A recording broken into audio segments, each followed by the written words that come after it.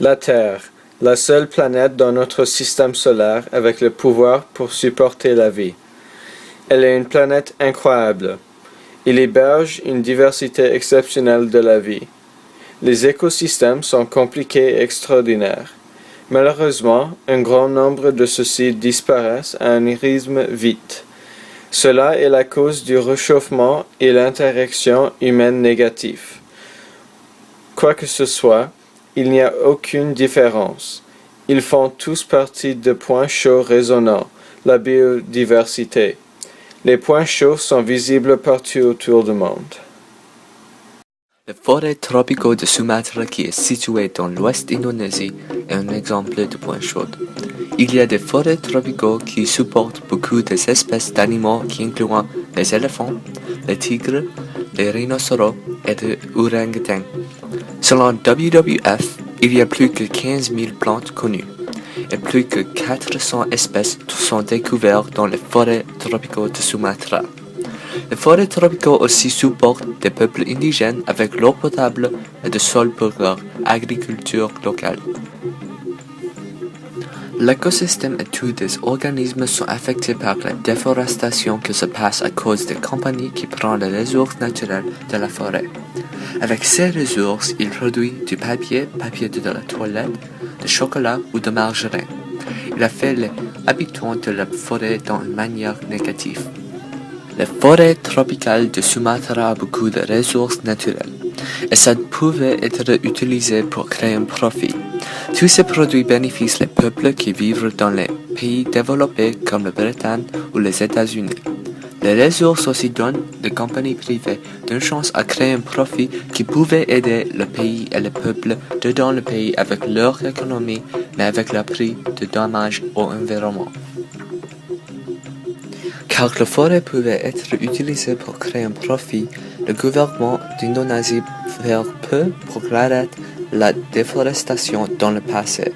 Mais à cause de l'attention à la destruction des forêts tropicales, le gouvernement a créé des parcs et il essaie d'arrêter les compagnies privées de couper des forêts qui soient en développement et de repousse. Il y a beaucoup d'ONG qui essayent de les protéger aussi. Le terme déforestation signifie la destruction de la forêt totale. Il ne coupe pas juste les arbres, mais détruit tout dans la forêt. Ça force des espèces et les peuples indigènes de déménager. La pollution des compagnies et leurs usines aussi a un impact sur les forêts tropicaux, car la pollution est mise dans les rivières qui sont une des façons majeures de comment les organismes sur les îles reçoivent de l'eau potable. Il détruit l'écosystème qui supporte les espèces et les peuples indigènes. WWF a estimé que pendant les années 1985 et 2008, ils ont perdu 50 à 25 des forêts dans l'île du Sumatra. À cause de la destruction de l'écosystème, beaucoup d'espèces qui sont uniques dans Sumatra vont disparaître. En 1978, les experts ont estimé qu'il y avait 1000 tigres de Sumatra. Mais récemment, les experts ont estimé seulement 400 qui restent. Le problème social est que les peuples indigènes dépendent des forêts tropicaux pour avoir un moyen d'existence. Mais à cause de la déforestation, ils doivent changer leur paradigme et trouver un nouveau moyen pour supporter leur famille. Sesudah kami anak cucu ke cucu kan, tentu dia dari anak kan beranak lagi jadi cucu kan. Jadi macam mana nasib orang tua nanti mau berkebun, hutan tidak ada. Kalau ada pendidikan iyalah, kalau untuk menyekolahkan itu kan perlu biaya. Kalau kita sekarang ya udahlah ada itu bikin kebun sedikit-sedikit kan untuk makan, alhamdulillah cukup. Untuk cucu cicit kami nanti macam mana nasib orang tua nanti. Lantaran kebun hutannya tidak ada lagi untuk berkebun kan. Nah itu yang kami pikirkan anak cucu nanti. La Nouvelle-Calédonie, une île majestueuse située dans l'océan Pacifique, 1210 km à l'est de l'Australie. Cette petite île de 18 576 km² abrite de nombreuses espèces intéressantes d'oiseaux et de plantes.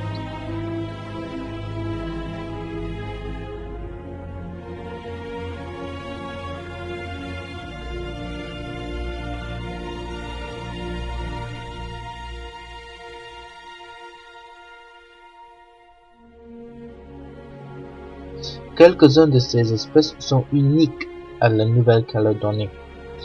Mais la biodiversité sur la Terre n'est rien comparé à la biodiversité sous la mer.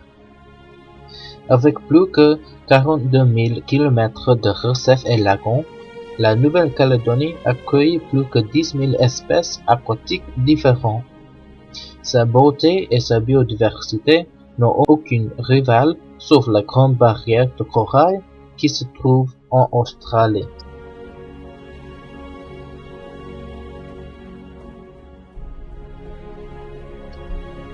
Les récifs coralliens possédent de nombreuses fonctions et contributions importantes, non seulement pour l'écosystème, mais aussi pour la société. Premièrement, ils empêchent des sédiments de s'échouer sur la côte des rivières et d'endommager le rivage. Deuxièmement, ils agissent comme une barrière physique qui contribue à créer un habitat littoral protégé. Troisièmement, le corail peut être récolté et utilisé dans des médicaments ou transformé en bijoux. Quatrièmement, ils séquestrent du dioxyde de carbone, ce qui contribue à créer un environnement qui continue d'attirer la biodiversité marine. Toutefois, les récifs coralliens de la Nouvelle-Calédonie sont récemment devenus des points chauds de la biodiversité. Il y a trois causes principales pour lesquelles les récifs sont en danger. Premièrement, l'augmentation de la température de l'océan. Deuxièmement, les pêcheurs qui pêchent excessivement dans les régions. Et troisièmement, le déversement de déchets dans les récifs et lagons. Malheureusement, ce n'est pas un problème qui est limité seulement à la Nouvelle-Calédonie. Il y a des récifs tout autour du monde qui souffrent à cause de ces trois causes. On a déjà perdu 20% des récifs globaux. Malgré les efforts de conservation, si la température de l'océan continue d'augmenter et le déversement de déchets ne s'arrête pas, ces récifs fascinants vont mourir et disparaître.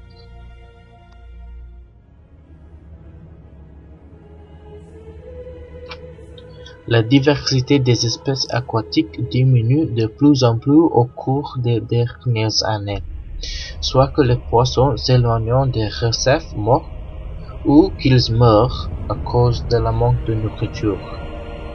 Quand même, si nous ne résoudrons pas le problème, la Nouvelle-Calédonie va bientôt perdre ses récifs divers.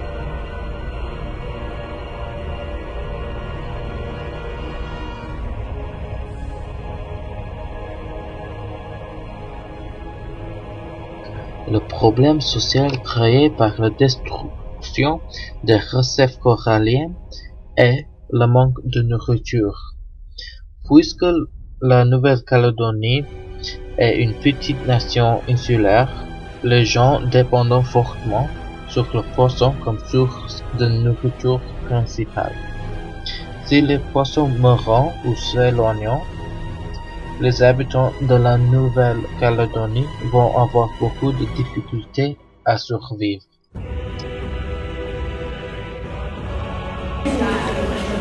L'île de la Nouvelle-Calédonie détient 10% des réserves mondiales de nickel.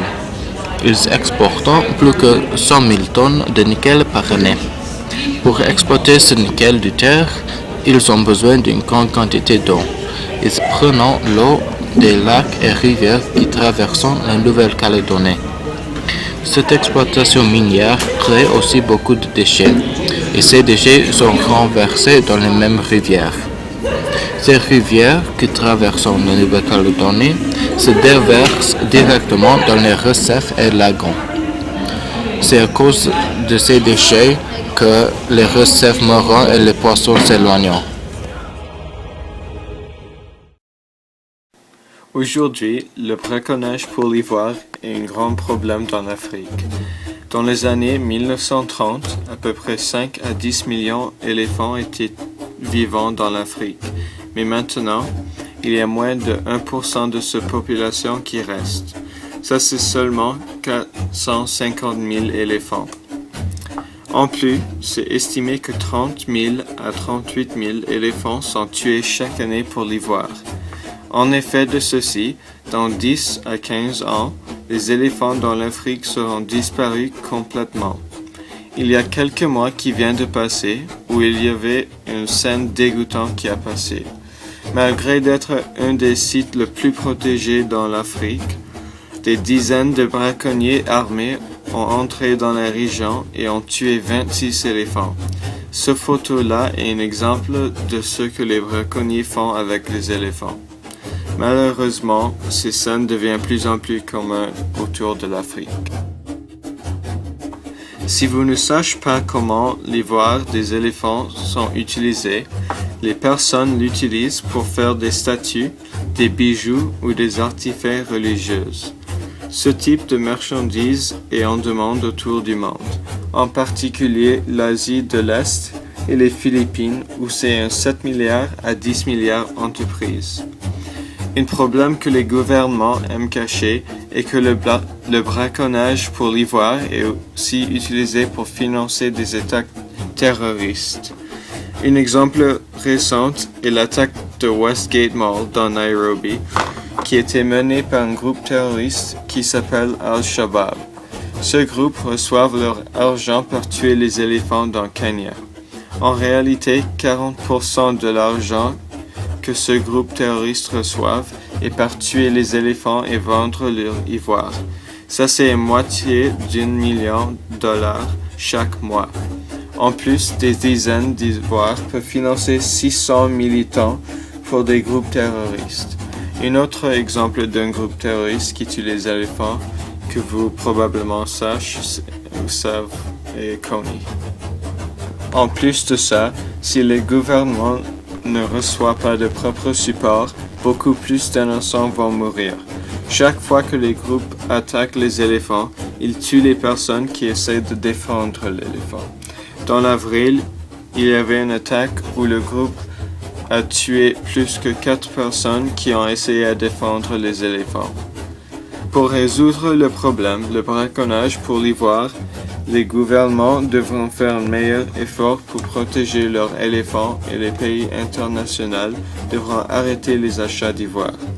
Une autre chose que nous pouvons faire, c'est éduquer la population parce que beaucoup de personnes ne savent pas qu'est-ce qui se passe autour du monde. Il y a déjà un grand montant de points chauds et ils grippent encore.